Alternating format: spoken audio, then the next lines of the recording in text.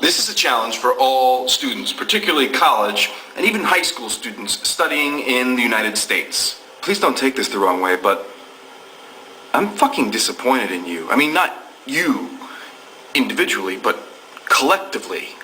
Listen, collectively, you have to admit you've done nothing to stop the run-up to the war in Iraq. You've done nothing to stop Congress from continuing to fund the war. And you are doing nothing now, even as the war drums are pounding with regard to Iran. No thing.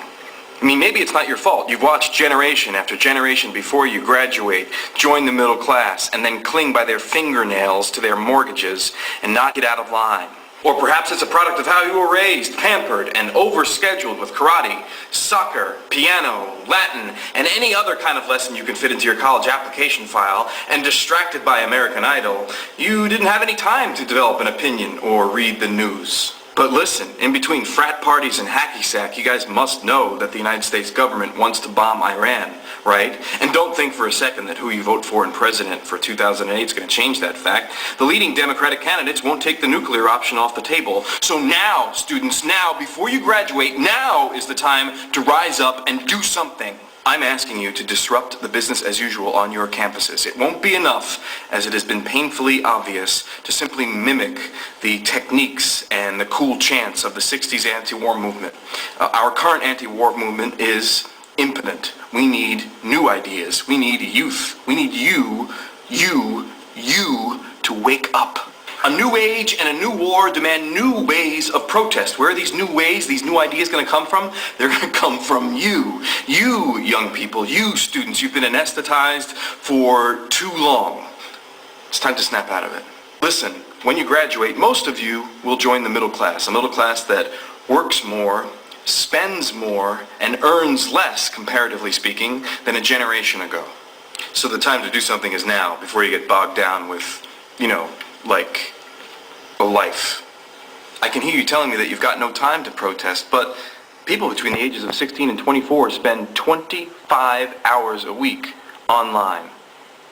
Just spend 20. Voice your dissent.